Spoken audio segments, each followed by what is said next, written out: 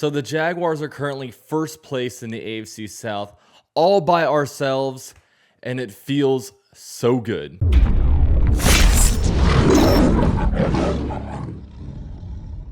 So as the AFC South standings stand right now, the Jaguars are in first place at 1-1, the only team with a win thus far.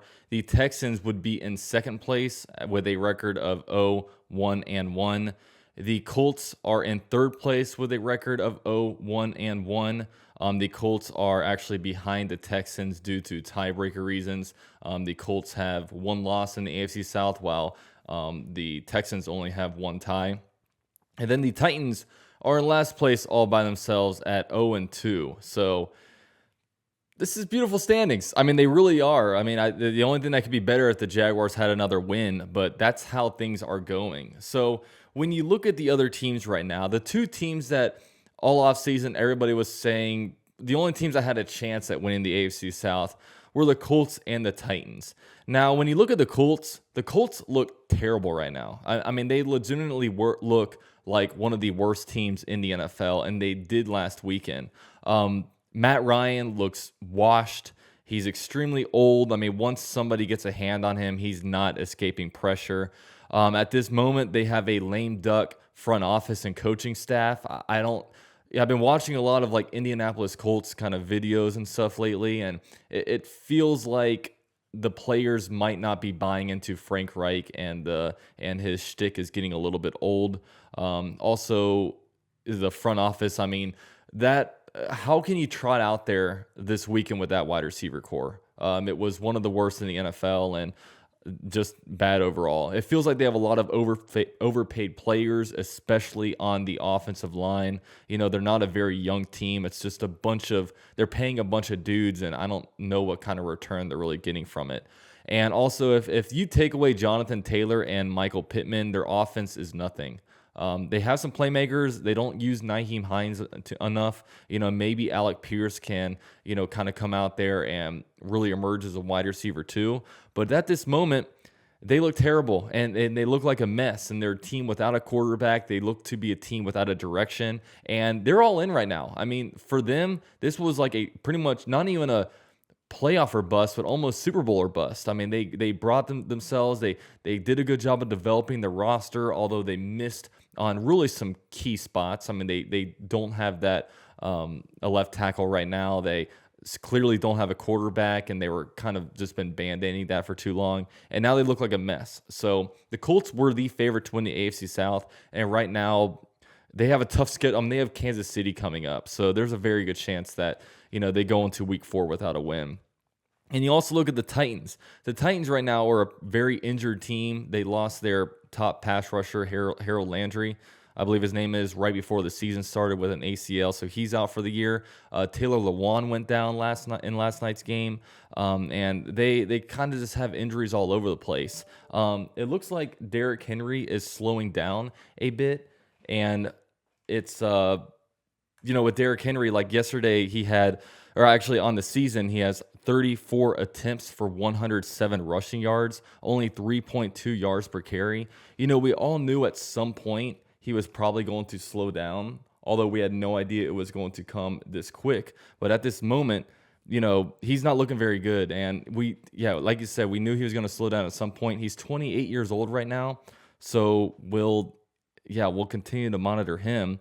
Tannehill is Tannehill. I mean, he's been a guy that's been able to do good in the regular season, but if you're taking away the run game, Tannehill's not going to be that great. And not only that, but you took away his best receiver last year with AJ Brown, who's might be like a top 10 wide receiver in the NFL. They probably did a good job of replacing him with Treylon Burks, but he's only a rookie, and we know how it is with rookie wide receivers in this league. So the first loss was to the Giants, and then their second loss last night was to the Bills, and I believe they lost like 41-7. So it was not even close. So now we sit here as Jaguar fans, and we feel more optimistic. I know I said before the season started, there were several reasons why I could see the Jaguars winning the AFC South. And one of the big reasons is because of how weak the AFC South is. If we were to switch divisions with the Jets, I'd be sitting there like, there's no way we're winning this division. I mean, not with the Bills. Miami looks like a really good team right now. Even the Patriots. It's those three teams over there look better than the other three teams in our division. So just with how weak the AFC South looked, and now it looks even weaker than it looked a few weeks ago. That was a big thing that could open a door for us. I mean, the winner of the AFC South could be 8-9 with how it's going so far. Another big thing was, can the Jaguars rush to maturity? Like the first week, when you kind of look at the first week, the Jaguars lost, but it felt like a big reason they lost is because Washington was just a much more experienced team. I mean, Ron Rivera has been the head coach there for a few years. Jack Del Rio on the defense. You also had just a lot more veteran players. You also, Carson Wentz, a veteran quarterback. It's just, the Jaguars were the team that missed a bunch of opportunities, while on the other end, they capitalized on it. And, now you look at the Jaguars won 24-0 this weekend. I thought there could be a chance that the Jaguars with this defense, could pitch a shutout at some point. Did not think it would be the second game. We're getting tremendous efforts out of, our rookies with Devin Lloyd and Trayvon Walker.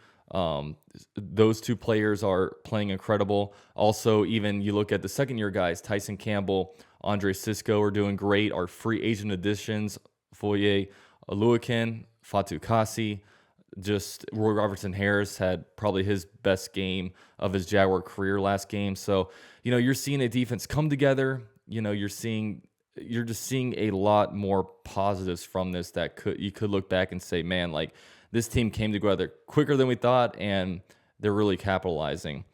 Another big thing is just Trevor Lawrence taking it to the next level. Now, this is definitely kind of a wait and see thing.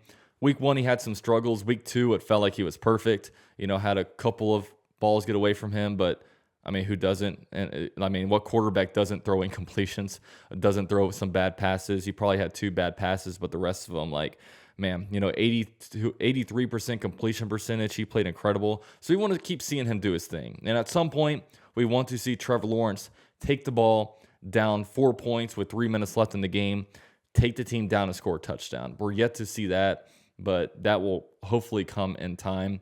But, last game, I would take the 83% completion percentage, playing with a lead the whole entire game over a stressful moment like that. But, yeah. Another thing is that we need the defense to stay consistent. Now, the offense, usually offenses in the NFL, especially probably with the Jaguars offense where they don't have all the superstars, it might be like a little bit up and down. But the thing that we need the defense to stay consistent. So go out there, be holding your opponents to 17 points or under. Don't come out imagine the Jaguars come out against the Chargers and let up like 31 points on defense. Then you're sitting here like, you want the defense to stay consistent. We know what we get out of the defense, and then it's on the offense to really capitalize on that. Now, and the next thing is obviously the I word. We know that the Jaguars so far have stayed pretty healthy, and we've seen, like the Titans go down with injuries. So, that's one thing that we'll kind of see with time. But yeah, the Jaguars need to really stay healthy. Now, lastly, like before I end this, man, like the real test for the Jaguars is going to come on Sunday. The Jaguars on Sunday play the Los Angeles Chargers. And like I know a lot of people when they look at the Jaguars right now and really just they look at the AFC South and be like, oh my God, what a joke of the division. They look at the Jaguars' big win over the Colts and they say, oh, the Colts, oh my gosh, they're terrible in Jacksonville. It's hilarious. They can't do anything. And they're kind of talking about how the Colts are a joke more so than are the Jaguars legit? That seems to be the topic right now. So if the Jaguars go out there on Sunday and find a way to beat the Chargers, that would be huge. I mean, that you can't discredit any win the Jaguars have if they go out there and beat the Chargers. So that's really the game where people are going to start to open their eyes and be like, man, and that's when we'll be more bought in as a fan base. And just nationally, they'll be like, man, like Jacksonville may have something. Look, let's take another look at this team. Okay, good defense. Okay, Trevor Lawrence is doing pretty good. Maybe he's like the next great quarterback. We talked 6 months about how overpaid Christian Kirk is, but he's actually putting up numbers and really helping out the offense. So a bunch of different things like that. And of course, on top of everything is, this is the best coaching I think I've ever seen from a Jaguars coaching staff, just with the offensive play designs. So there's a lot of good stuff going on at Jacksonville right now.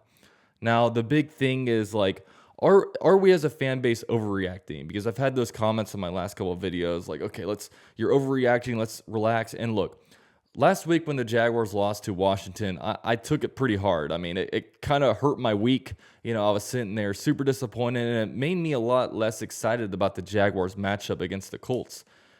And then the Jaguars beat the Colts, and now I'm like over the moon. So I'll tell you this, guys. If I'm as sad as I am about a loss to the Commanders, I'm going to be this excited after we shut out a division opponent and embarrass a division opponent with the Indianapolis Colts. So I'm going to keep riding this high. This is what's so fun about football season, and hopefully the Jaguars can continue to stack some wins. I mean, Jaguars need back-to-back wins at some point. Hopefully that comes this weekend, but I know it's going to be a hard Chargers game, and we'll break more of that stuff down like really once we get into game week. But definitely a fun time to be a Jaguars fan. Let me know what you guys all think. Are we overreacting? Are we right where we should be? Look, we're fans. We can do whatever we want. It's Tuesday. Maybe tomorrow we can start settling down, looking more toward the Chargers game. But for now, let's go ahead and ride this high as long as we can. But with all that said, thank you guys for watching. The Jaguars are first place in the AFC South. So exciting. Let's hope that our division opponents keep losing and that we can keep on capitalizing on some games.